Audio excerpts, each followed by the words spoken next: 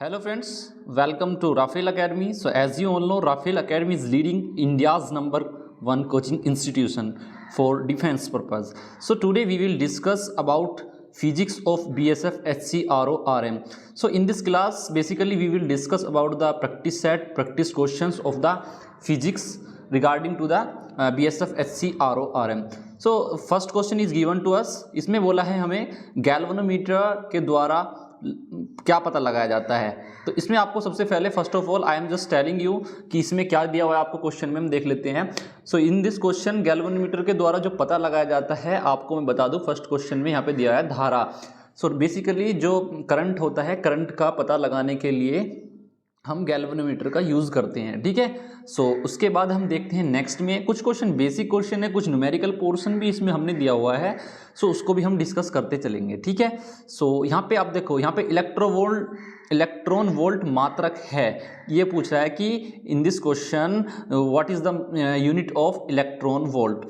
सो आपको सबसे पहले बता दूं, ऊर्जा एनर्जी की जो यूनिट होती है उसे हम बोलते हैं इलेक्ट्रॉन वोल्ट। ये आपको याद रख के चलनी है, ठीक है। कुछ क्वेश्चन बेसिक क्वेश्चन है, इनको बेसिकली मैं आपको बस जस्ट एक बताता ही चलूंगा कि कैसे कैसे क्या होता है, ये आपको याद करने वाले क्वेश्चन है, ठीक है। सो आगे चलते हैं, उसमें आपको गिवन है सार्वत्रिक गैस नियतांक का एसआई मात्रक क्या होता है। पहले सबसे पहले मैं आपको बता दूं, आपको एक फॉर्मूला याद कराया होगा 12th में, आपको फॉर्मूला एक याद कराया होगा। क्या फॉर्मूला होता है? एक फॉर्मूला था PV = nRT, ठीक है। क्या फॉर्मूला था भाई? एक फॉर्मूला था PV = nRT, ठीक है। यहाँ पे जो P है pressure, V volume, N mole number of mole जो मैटर की वैल्यू होती है, R क्या होता है सार्वत्रिक नियतांक, ठीक है। एंड उसके बाद T क्या टेम्परेचर। सो यहाँ पे आपको पहले आपको पता क्या करना है, R की वैल्यू पता करनी है, मतलब मीन्स R का क्या मात्रक होगा। तो यहाँ पे आप R की वैल्यू निकालोगे, then what will become, that will be PV/NT, ठीक है। ये आपको याद रखना है।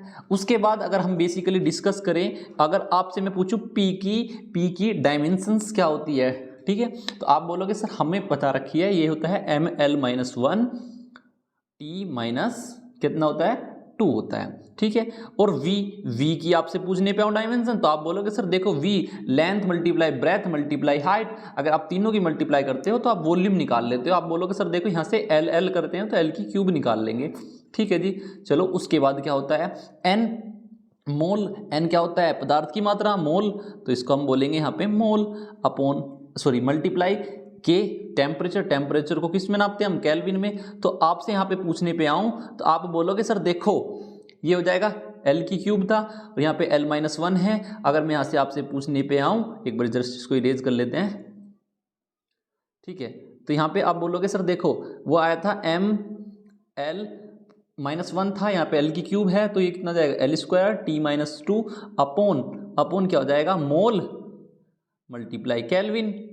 अब बोलोगे देखो सर ये होती है किसकी, वर्क की। ये किसकी डायमेंशन होती है, वर्क की डायमेंशन क्या होती है ml² T-2। सो यहाँ पे क्या निकालोगे, आप बोलोगे सर ये होती है वर्क की, और वर्क को हम बोल देते हैं जूल, इसकी जूल भी हो जाती है, ऊपर मोल जाएगा, ये -1 में जाएगा तो मोल हो जाएगा, मोल की पावर -1 मतलब मोल -1 और केल्विन -1। सो यहाँ से अगर मैं आपसे पूछने पे आऊँ, आप बोलोगे सर देखो कितना सिंपल है, आपने क्वेश्चन बिल्कुल करा दिया। तो यहाँ पे देखो जूल आ रहा है, पहली बात तो जूल देख लो कहाँ पे आ रहा है, सी ऑप्शन में आ रहा है, तो सी ऑप्शन बिल्कुल राइट है इस क्वेश्चन का, ठीक है। उसके बाद चलते हैं आगे।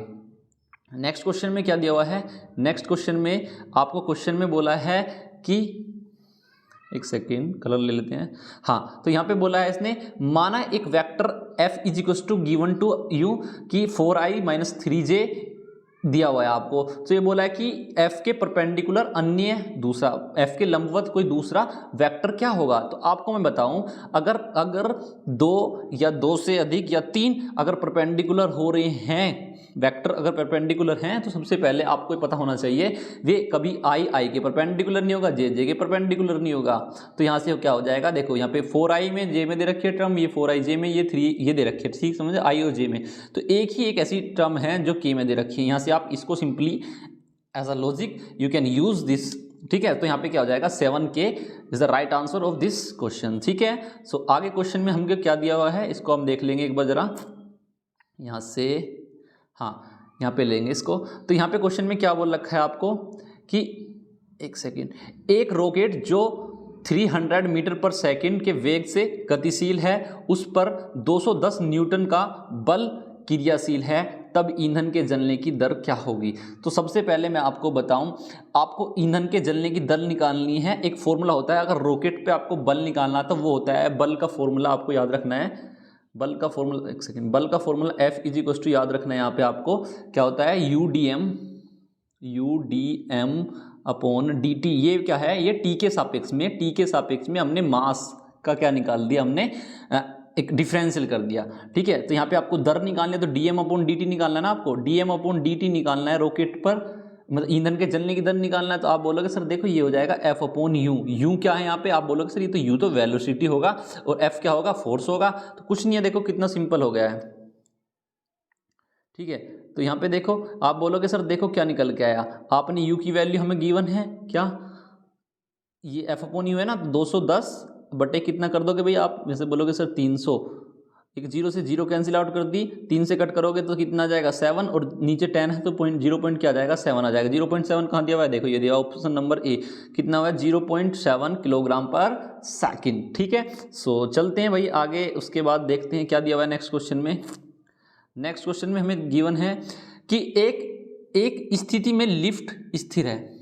क्वेश्चन में बोला है कि एक स्थिति ऐसी है, कंडीशन ऐसी है जिसमें लिफ्ट क्या है भाई, स्थिर है, तथा दूसरी स्थिति में त्वरण ए से नीचे की ओर गतिशील है, मतलब नीचे की ओर मोशन कर रही है वो। ठीक है, दोनों स्थितियों में किसी व्यक्ति के आभासी भारों का अनुपात 3:2 है, तो ए की वैल्यू क्या होगी। देखो भाई सिंपल क्या बोला है उसने, भाई दो कंडीशन है।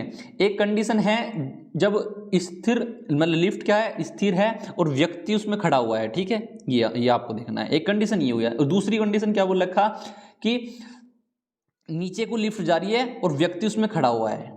कंडीशन समझ में आई आपको। पहली कंडीशन लिफ्ट क्या है, बिल्कुल कांस्टेंट है, स्थिर है और उसमें कोई भी हलचल नहीं है, व्यक्ति उसमें खड़ा हुआ है, कोई प्रॉब्लम नहीं है। ठीक है, और एक कंडीशन ऐसी है जिसमें लिफ्ट क्या है, नीचे की ओर मूवमेंट कर रही है और व्यक्ति भी उसमें खड़ा हुआ है। तो देखो जब लिफ्ट में व्यक्ति खड़ा हुआ है तो इसका मतलब उसमें उसके जो मोमेंटम में कोई भी चेंज नहीं आ रहा, तो इसको आप बोलोगे सर ये क्या mg है इसका मोमेंटम उस टाइम पे।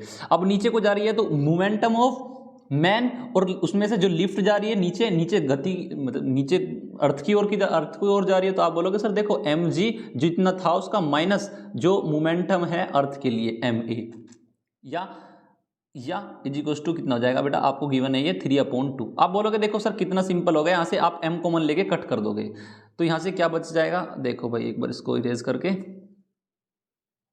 यहाँ से बच जाएगा क्या, g/ नीचे क्या बच जाएगा भाई, g - a, ये बच जाएगा।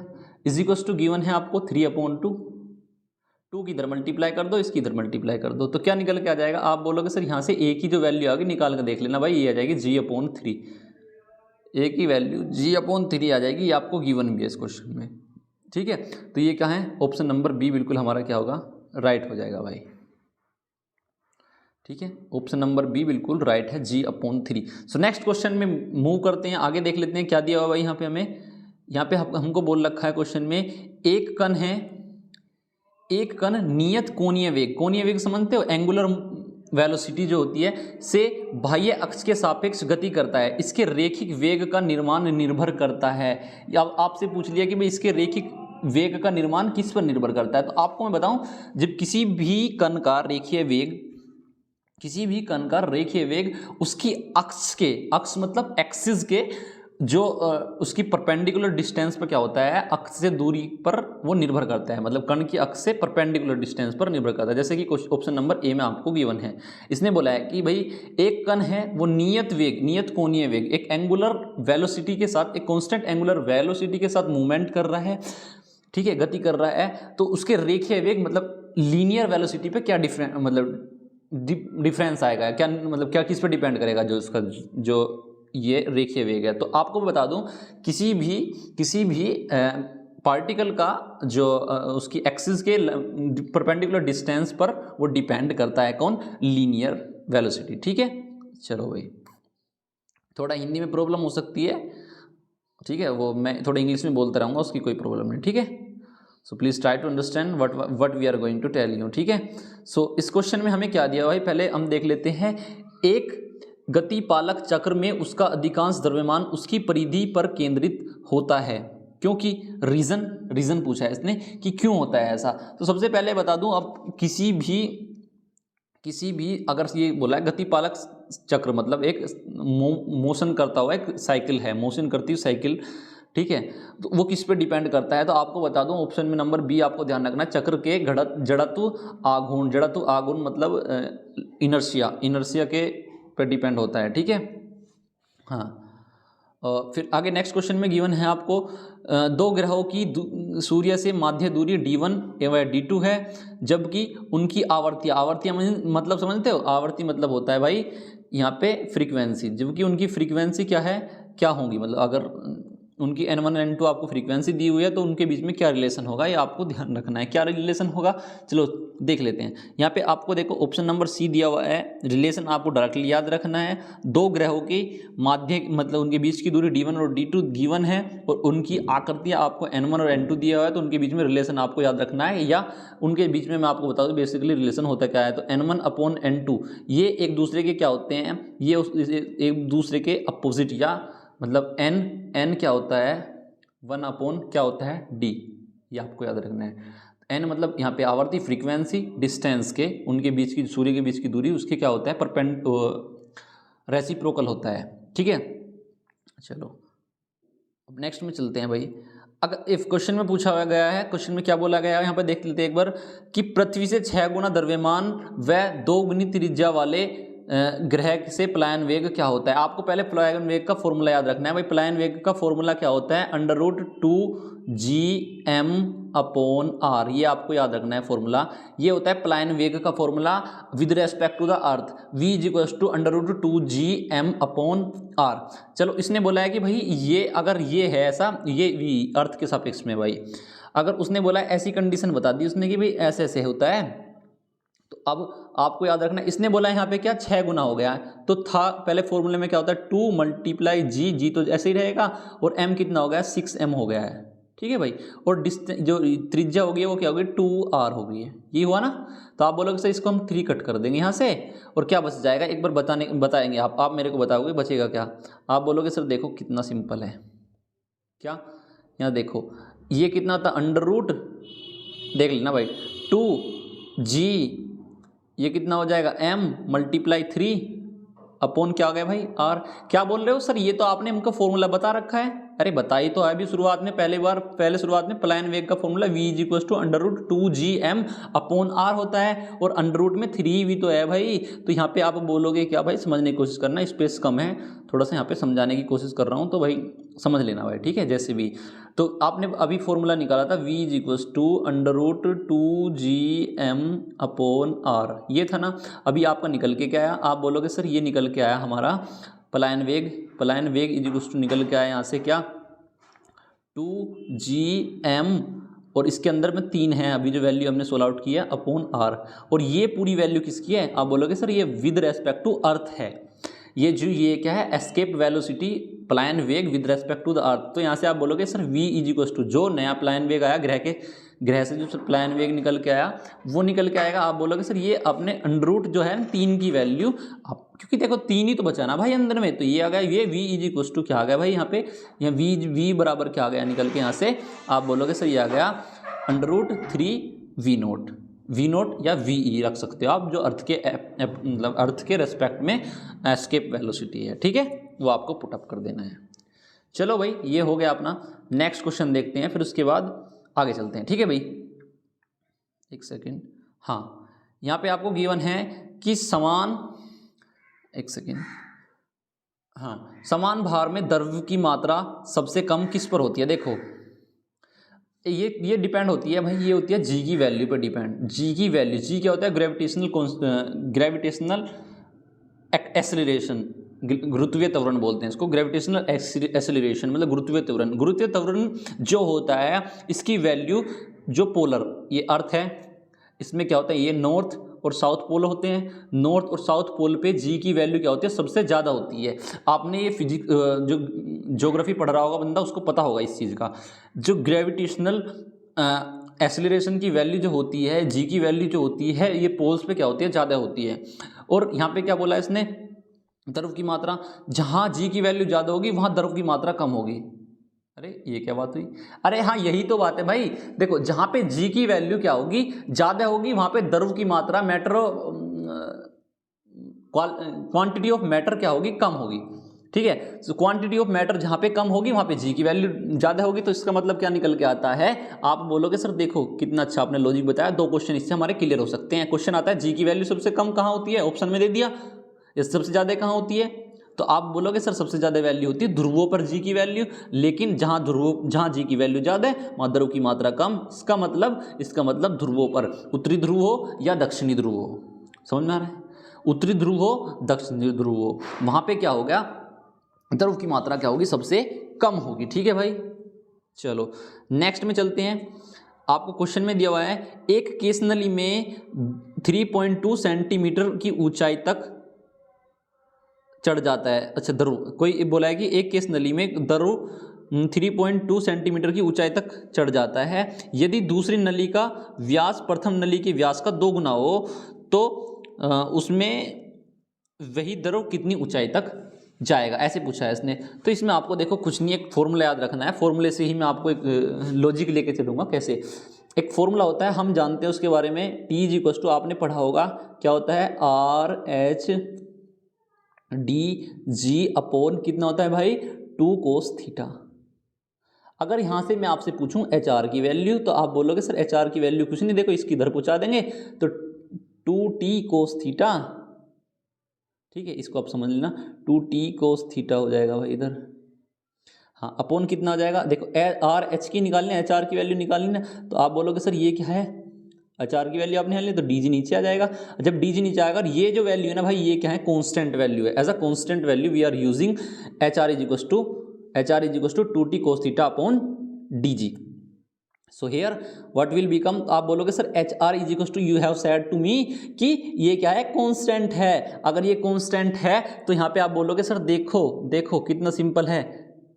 हाँ, H R is equal to constant है, तो मैं पूछूं H one R one is equal to क्या होगा, आप बोलोगे सर देखो एच टू आर टू हो जाएगा। ये तो सभी को पता होता है बेसिकली। ठीक है, अब H one R one is equal to क्या होगा, एच टू आर टू। तो आप बोलोगे सर देखो कर ले रहे हैं फिर इसको, इसमें क्या हो गया, कुछ नहीं बचा अब तो।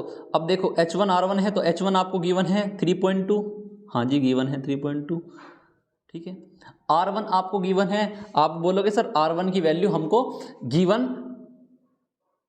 नहीं है, मतलब मान लेते हैं आर है एच वन या आर वन, जब पहले तो वो आर था, मान लिया पहले आर था, अब उसकी वैल्यू क्या होगी, 2 गुना व्यास का हो गया, 2 गुना हो गया उसका।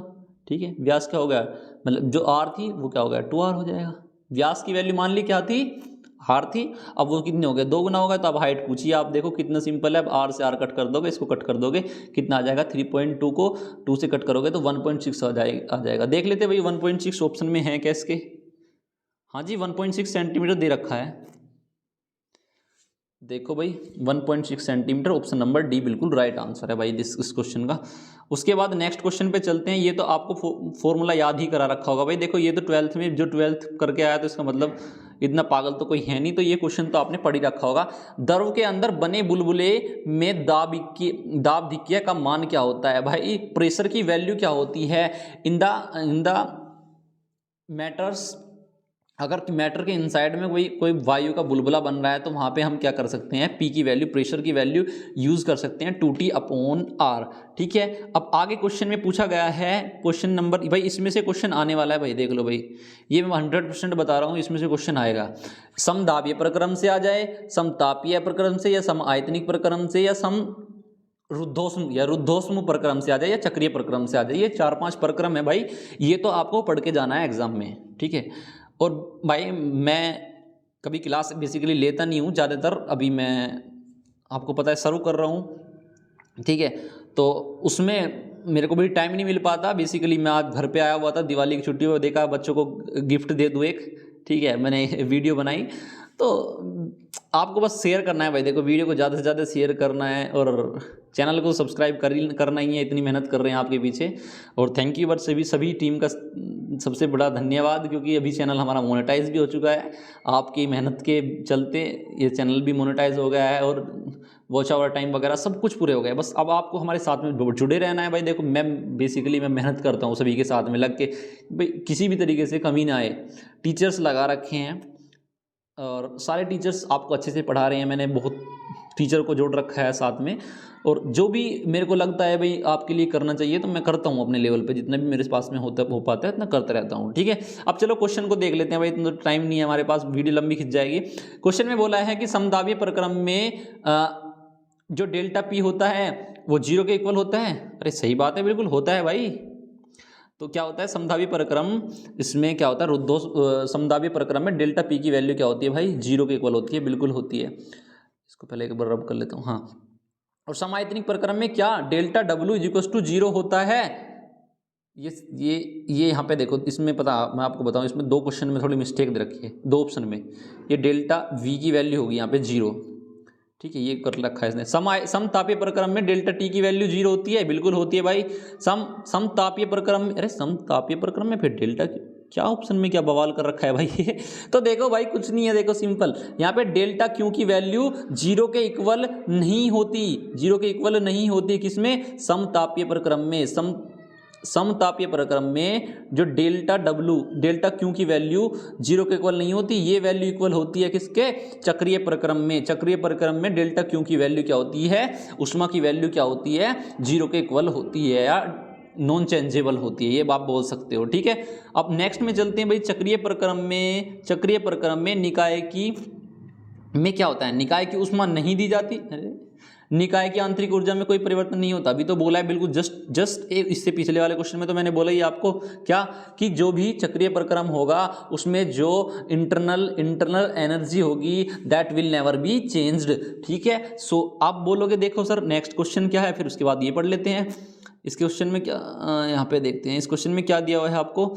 इसमें बोला है कि सूर्य से प्राप्त विकिरण की अधिकतम तीव्रता तरंगदैर्घ्य 4800 एंगस्ट्रॉम पर पाई गई है, तो सूर्य का ताप होगा यदि वीन नियतांक क्या हो 0.294 सेंटीमीटर पर केल्विन।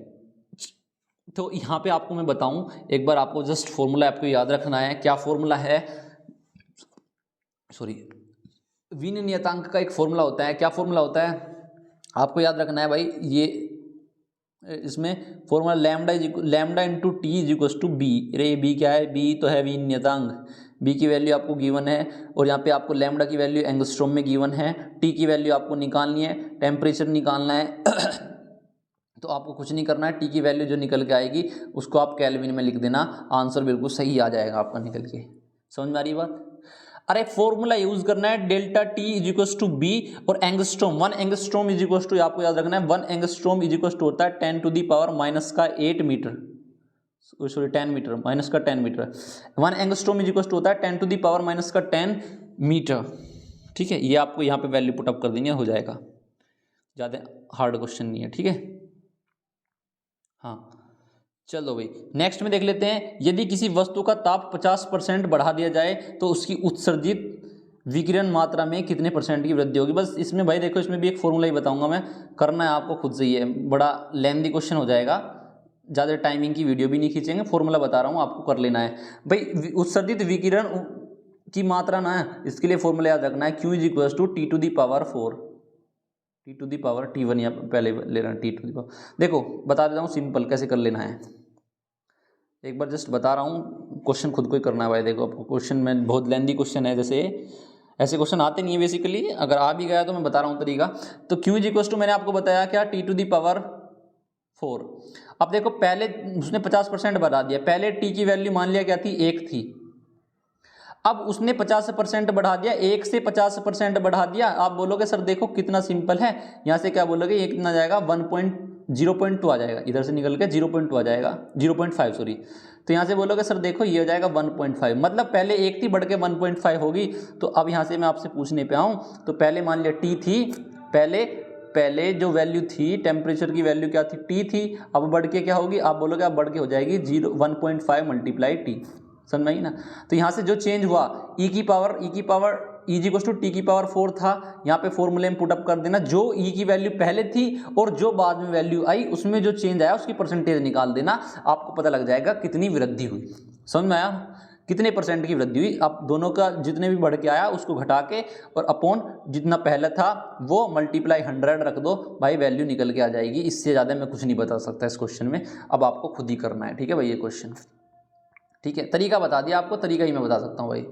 ठीक है, चलो भाई नेक्स्ट में चलते हैं। एक सेकेंड,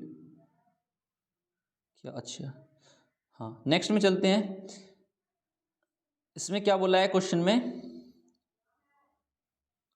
हाँ, एक खोखले बेलनाकार उष्मा स्रोत के बाहर उसके अक्ष से दूरी r तथा 2r पर प्राप्त विकिरण की तीव्रताओं का अनुपात क्या होगा। देखो भाई ये बहुत सिंपल क्वेश्चन है, आपको बताऊं जो इंटेंसिटी या तीव्रता है वो क्या होता है, रेसिप्रोकल होती है 1/r, दूरी किससे, अक्ष से दूरी, डिस्टेंस फ्रॉम द एक्सिस। सो यहाँ पे आप बोलोगे सर ये क्या होता है, इसके रेसिप्रोकल होती है, ये इसका वो निकालना I1/I2 इक्वल्स टू क्या हो जाएगा, आप बोलोगे सर R2/R1।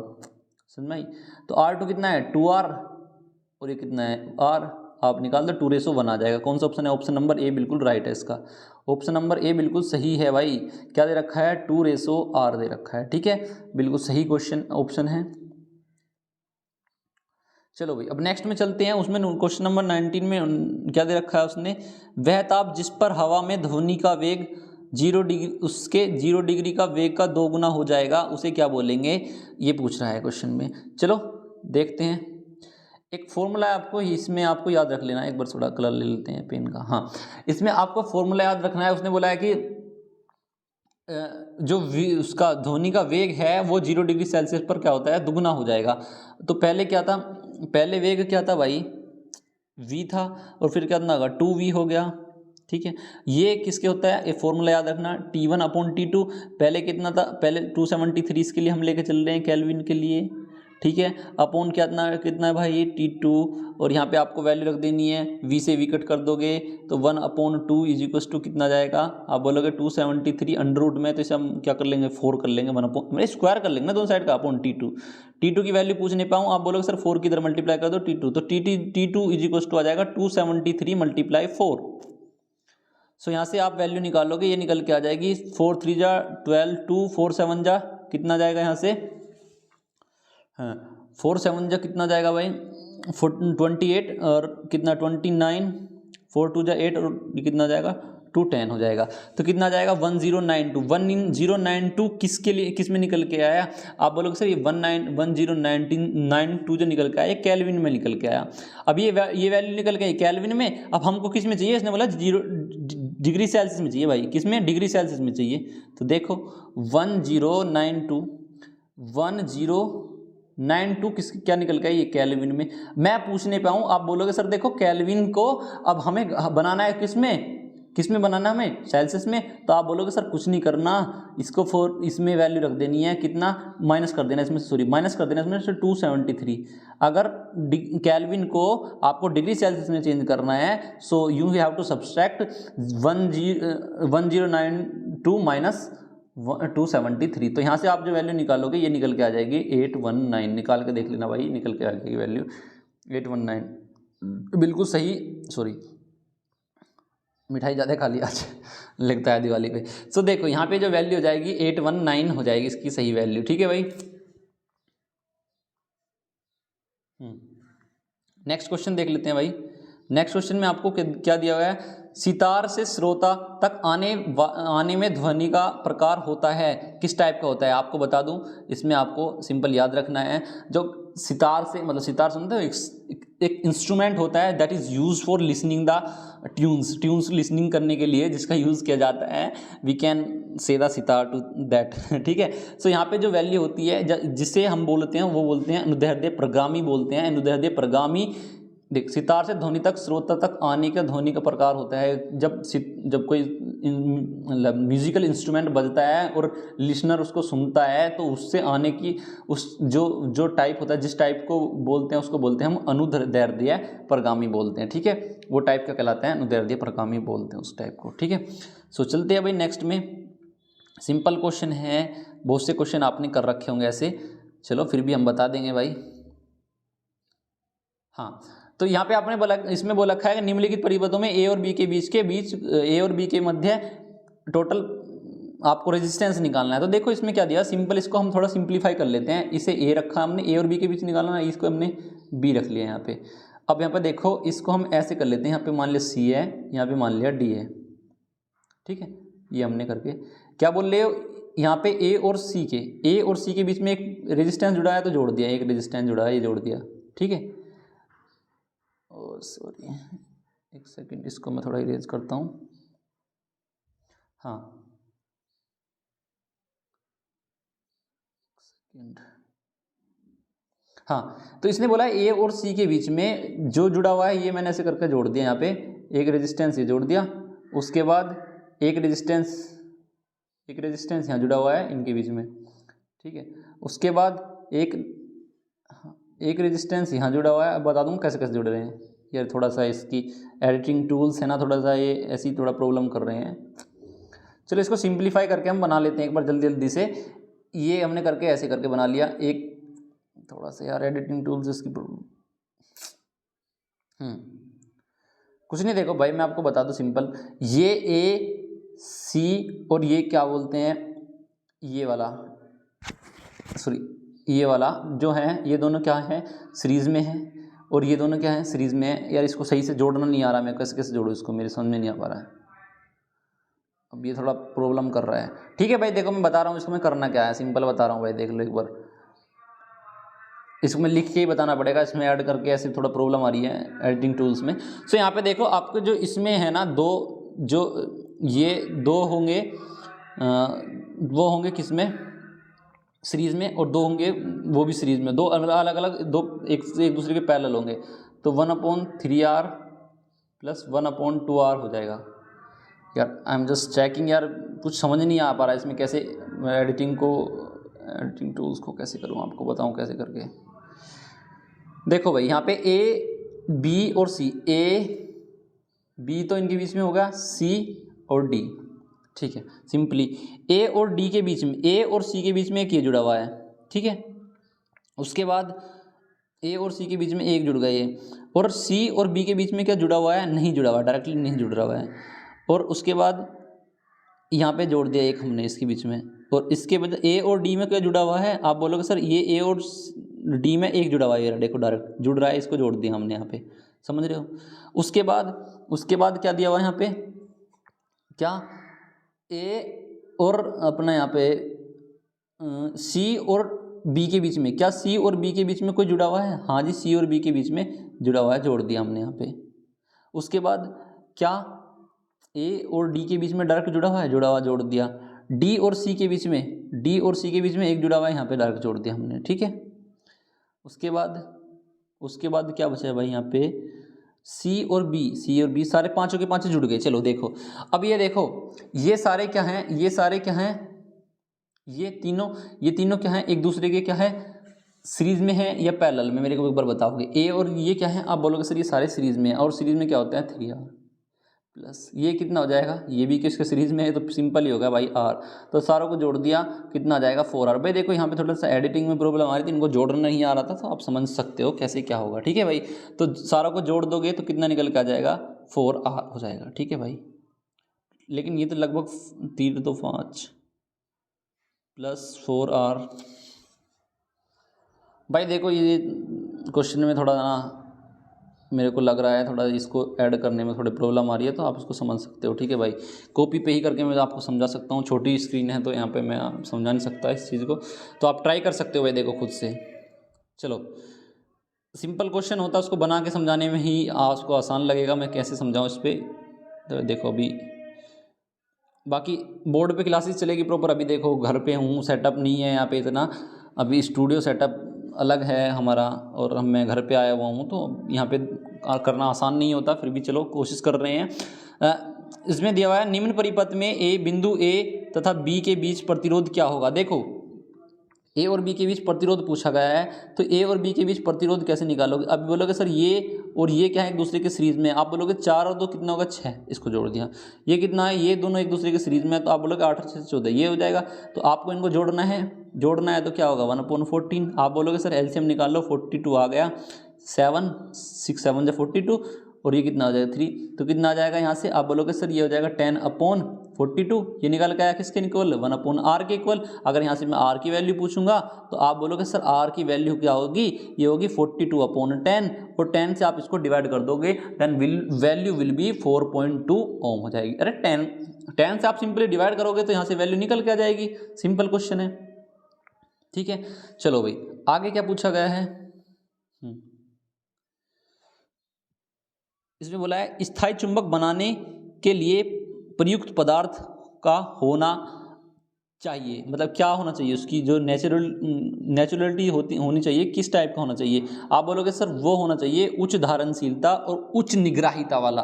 भाई देखो इंग्लिश में मैं नहीं जानता धारणशीलता और निग्राहिता किसको बोलते हैं, एक बार अगर आपको पता है तो कमेंट में करके आप मेरे को सेंड कर सकते हो, ठीक है भाई, और जिससे कि औरों को भी पता लग जाए। अवेलेबिलिटी होता है शायद धारणशीलता, और निग्राहिता का नहीं पता, ठीक है, बहुत टाइम हो गया, काफ़ी टाइम पहले मैंने इसको पढ़ा था, इसको निग्राहिता वाले को। चलो क्यूरी के नियम के अनुसार पदार्थ की चुंबकीय प्रवृत्ति परमताप पर समानुपाती होती है। क्वेश्चन नंबर 24 में आपको क्या दिया हुआ है, ये किसके, ये क्या होती है, परमताप पर समानुपाती होती है किसके, 1/T के, किसके भाई 1/T के। ऑप्शन नंबर डी आपको गिवन है 1/T के। आगे नेक्स्ट क्वेश्चन में क्या दिया हुआ है, ये तो सिंपल नियम है, लॉज हैं, तो वो तो आपको याद ही रखने हैं, आप बता रहा हूँ एक बार सिंपल ये, और 100% भाई देखो, एक तो देखो मैं आपको बता दूँ गोस थ्योरम से और लेंज लॉ से, फ्लेमिंग्स लॉ से, फ्लेमिंग राइट हैंड और लेफ्ट हैंड रूल से 100%, और फेराडेज लॉ, ये 3-4 जो आपको रूल्स हैं, ये क्या इनके बाद क्या सॉल्यूशन निकल के क्या आता है, इनकी डेरिवेशन निकालते हैं, उसके बाद क्या सॉल्यूशन निकल के आता है, तो ये तो आपको याद रखना है इनका नियम क्या होता है। 100% श्योर है भाई क्वेश्चन बनेगा, ठीक है, इसलिए मैं पहले बता रहा हूँ आपको क्वेश्चन श्योर है 100% बनेगा। इसमें से देखो 3 से 4 बता रहा हूँ, एक तो एम्पियर्स का नियम निकल के आया, बायो-सावर्ट का नियम, और एक फेराडेज का नियम, लेंज लॉ, और क्या अपना एक फ्लेमिंग्स लॉ। ये 4-5 जो लॉ हैं इनमें से क्वेश्चन 100% आने वाला है भाई, ठीक है, नहीं आएगा तो नाम चेंज कर देना मेरा, कुछ भी रख देना आप, ठीक है। तो बायो-सावर्ट का नियम, बायो-सावर्ट के नियम के अनुसार जो फॉर्मूला होता है वो होता है dB = μ0/4π IDL R/r², ये होता है ऑप्शन नंबर बी में आपको गिवन भी है। ऑप्शन नंबर बी क्या है, dB = μ0/4π IDL R/r², ठीक है, ये फॉर्मूला होता है, ये आपको याद रखना है।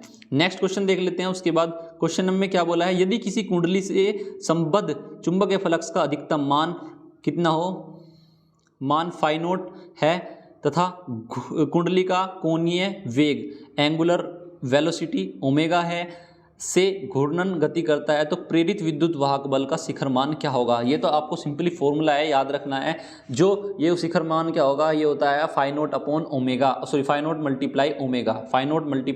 ओमेगा, ये हो जाएगा, ठीक है।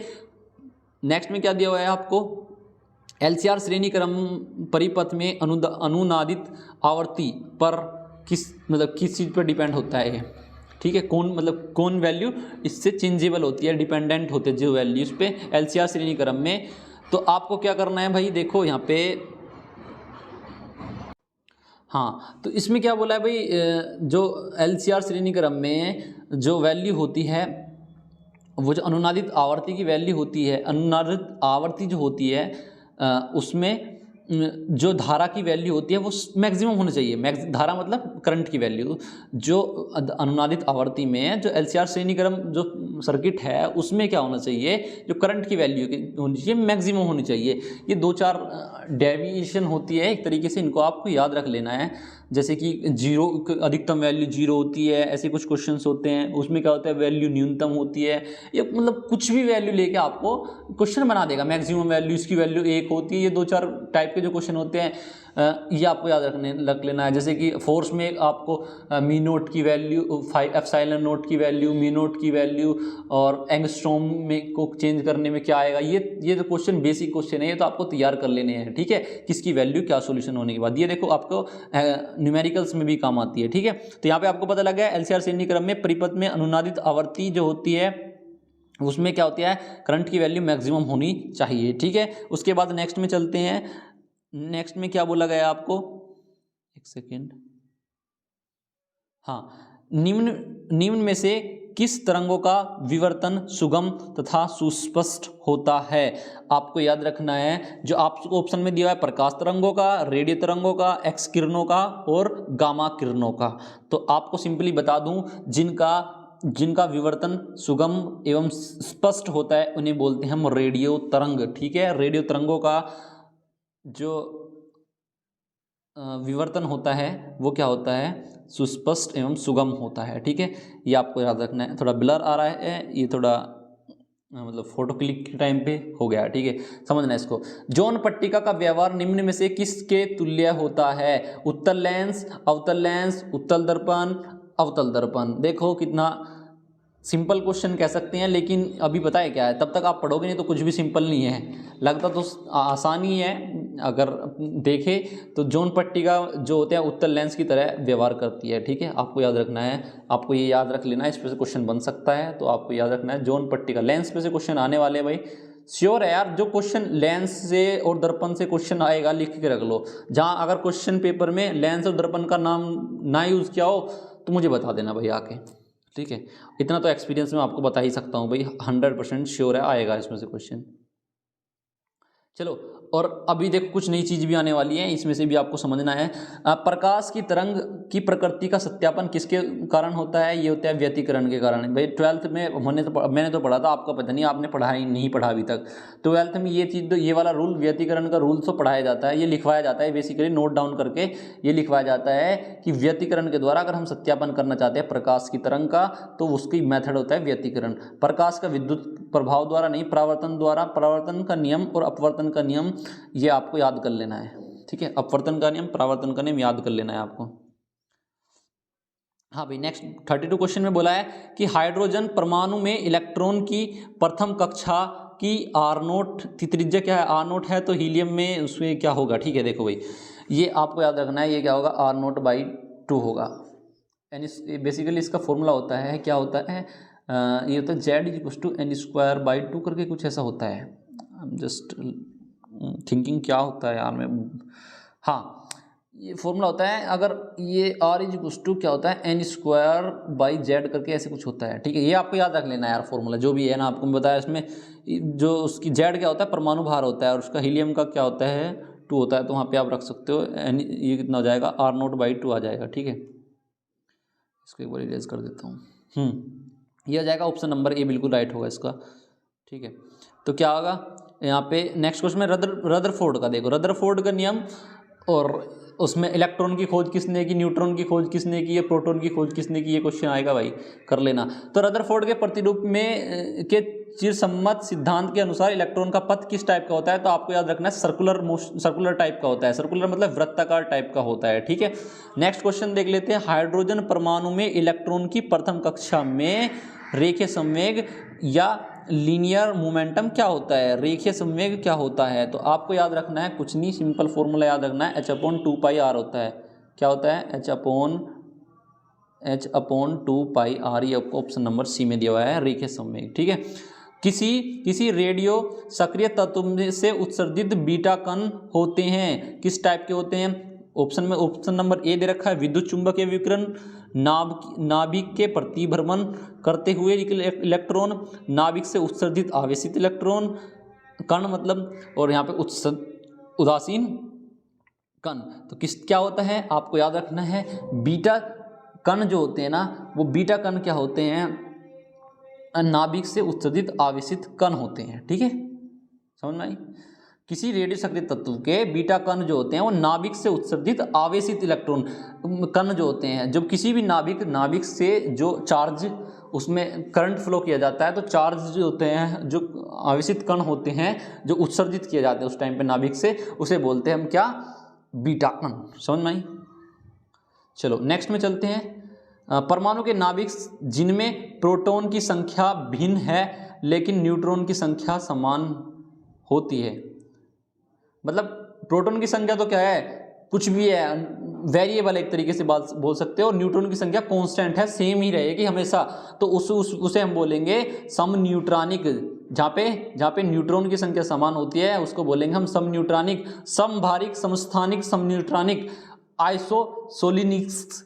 इसमें से क्वेश्चन आया हुआ है लास्ट टाइम जब मैंने दिया था 2019 में, जब ये क्वेश्चन पेपर मेरे सामने था तो मेरे क्वेश्चन पेपर में भी यही क्वेश्चन आया था डिस्क्रिप्टिव वाले में, समस्थानिक, सम न्यूट्रॉनिक, समभारिक, इसमें से लिख के रख लो भाई, आने वाला है। ठीक है, इसलिए मैं बता रहा हूँ इंपॉर्टेंट टॉपिक है, जो मैं बताते चल रहा हूँ उसको आपको नोट डाउन करते चलना है भाई, ये आपको पढ़ लेना है, और जो भी कुछ चीज़ नहीं मिलेगी मेरे को, मैं आपको वहाँ पे एक्सप्लेन करते चलूँगा साथ साथ। ठीक है भाई। हाँ, निम्नलिखित में से कौन सा कथन सही है? तो इसमें से कथन तो आपको पढ़ के ही पता लगेगा भाई कौन सा सही है। पहला कथन में क्या दे रखा है, अर्धचालक का प्रतिरोध ताप के साथ बढ़ता है लेकिन चालक का प्रतिरोध घटता है। अर्धचालक का प्रतिरोध ताप के बढ़ने के साथ घटता है लेकिन चालक का प्रतिरोध बढ़ता है। चलो, दोनों का प्रतिरोध ताप के साथ घटता है, दोनों का प्रतिरोध ताप के साथ बढ़ता है, तो इसका 37 का ऑप्शन नंबर बी बिल्कुल राइट है। इसमें बोला है अर्धचालक का प्रतिरोध ताप के बढ़ने के साथ घटता है लेकिन चालक का चालक का बढ़ता है, और अर्धचालक के साथ में अप्रोक्स मतलब रेस्पेक्ट में सेमीकंडक्टर के रेस्पेक्ट में रेजिस्टेंस की वैल्यू क्या होती है, लो होती है, डाउन होती है, घटती है। ठीक है भाई, ये आपका ऑप्शन नंबर बी बिल्कुल यहाँ से राइट है, आपको टिक कर देना है इसमें एकदम देखते ही। ठीक है, सो नेक्स्ट में चलते हैं भाई। हाँ, पीएन संधि डायोड, देखो डायोड से क्वेश्चन आएगा भाई, लिख के रख लो आप, डायोड से क्वेश्चन आएगा। डायोड वाले क्वेश्चन में क्या बोला इसमें, पीएन संधि, देखो पीएनपी, एनपीएन ये ट्रांजिस्टर होते हैं, ट्रांजिस्टर से क्वेश्चन आएगा, और पीएन संधि डायोड, डायोड से क्वेश्चन आने वाला है। और जैसे कि आप डायोड ले सकते हो, गन डायोड से क्वेश्चन आ सकता है, बहुत से डायोड हैं ऐसे, उनसे क्वेश्चन बन सकते हैं, तो डायोड वाला चैप्टर आपको कंप्लीट कर लेना है। तो पीएन संधि एक बार अगर नहीं दिख रहा हो सही से तो समझने की कोशिश करना, मैं यहाँ पे पढ़ के बता रहा हूँ आपको। पीएन संधि डायोड में अवक्षय परत का प्रभाव बढ़ जाता है ताप बढ़ाने पर, ताप कम करने पर, उत्क्रमित वायस व्यवस्था में, अग्निभित व्यवस्था में। तो ये आपको याद रखना है इसमें कि जो पीएन संधि डायोड है, पीएन संधि डायोड में जब उत्क्रमित व्यास व्यवस्था में होता है तो उसकी अवक्षय परत का प्रभाव उसमें क्या होता है, प्रभाव बढ़ जाता है। तो तब कब बढ़ता है, जब उत्क्रमित व्यास व्यवस्था में वो होगा तो उसमें अवक्षय परत का व्यास क्या हो जाएगा, बढ़ जाएगा, उसकी जो मतलब अवक्षय परत क्या हो जाएगी, चौड़ी, जो डिप्लेशन लेयर होती है। देखो आपको मैं एक बार बताऊं, डायोड, थोड़ा डायोड की एक वो बना के दिखा देता हूँ आपको किस तरीके से डायोड होता है। देखो किसी भी डायोड में आपको ध्यान रखना है, पीएन डायोड है तो पीएन डायोड इसमें होते हैं क्या, इसमें क्या होते हैं, इसमें होते हैं फोटोन और इसमें होता है इलेक्ट्रॉन। ठीक है, नेगेटिव पॉजिटिव आप याद रखते हो। जब ये अट्रैक्शन के कारण एक दूसरे की तरफ खींचते हैं या एक दूसरे की तरफ चलते हैं तो इनके बीच में एक लेयर बन जाती है, उसको बोलते हैं डिप्लेशन लेयर या अवक्षय परत बोलते हैं। ठीक है, वो डिप्लेशन लेयर बनने के कारण वो उनके बीच में जब उत्क्रमित व्यास व्यवस्था होती है तो वो डिप्लेशन लेयर क्या होती है, इंक्रीज होती है, उसका प्रभाव क्या होता है, बढ़ जाता है। ठीक है, समझ में आई बात, थोड़ा समझने की कोशिश करना। देखो ट्रांजिस्टर का कहते ही क्वेश्चन आ गया, किसी ट्रांजिस्टर के धारा लाभ करंट गेन बोल सकते, गेन करंट बोल सकते हैं, का मान आपको गिवन है, अल्फा की वैल्यू आपको गिवन है, क्या दिया हुआ है यहाँ पे, अल्फा की वैल्यू आपको गिवन है, अल्फा इज इक्वल टू 0.96। तो आपसे बीटा की वैल्यू पूछी है, देखो सिंपल फॉर्मूला बताऊंगा, कर तो आप खुद ही लोगे। Beta is equal to formula होता है क्या, alpha upon 1 minus alpha. Beta is equal to alpha upon 1 minus alpha होता है। अल्फा की वैल्यू आपने 0.96 रखी और 1 में से 0.96 घटाओगे तो 0.04 आ जाएगा, यहाँ से इससे कट कर दोगे तो 96 को 4 से डिवाइड करोगे तो 24 बिल्कुल राइट आंसर होगा इसका। क्वेश्चन आपको ऑप्शन में दे भी रखा है। ठीक है, तो क्या दे रखा है भाई 24 नीचे वाला 24 इसका बिल्कुल राइट आंसर है, ऊपर 2.4 दे रखा हो, गलत था। ठीक है, चलते भाई आगे। और समझने की कोशिश करते हैं। Next question, last question, question number 40 में आपको दिया हुआ है तापायनिक डायोड होता है, किस टाइप का होता है, ये पूछने की कोशिश की जा रही है आपसे। तो आपको ध्यान रखना है, जो तापायनिक डायोड होता है वो क्या होता है, वो अरेखीय उपकरण होता है, एक तरीके से उसको बोल सकते हैं अनलीनियर इंस्ट्रूमेंट होता है। ठीक है, जो तापायनिक डायोड होता है वो अनलीनियर इंस्ट्रूमेंट होता है, that is use to manage the PCB, printed circuit board को मैनेज करने में इसका यूज़ किया जाता है। So this was the last question of this session. और अगर आपको वीडियो अच्छी लगी हो तो प्लीज़ वीडियो को ज़्यादा से ज़्यादा शेयर करना है और चैनल को सब्सक्राइब करना है। मैं आपका प्यारा निशांत भाटी और आपके सेशन को ख़त्म समाप्त करने की अनुमति चाहता हूँ। सो प्लीज़ इसको ज़्यादा से ज़्यादा शेयर करना। Thank you, thanks for watching this video. Love you all, love you, stay blessed, stay safe.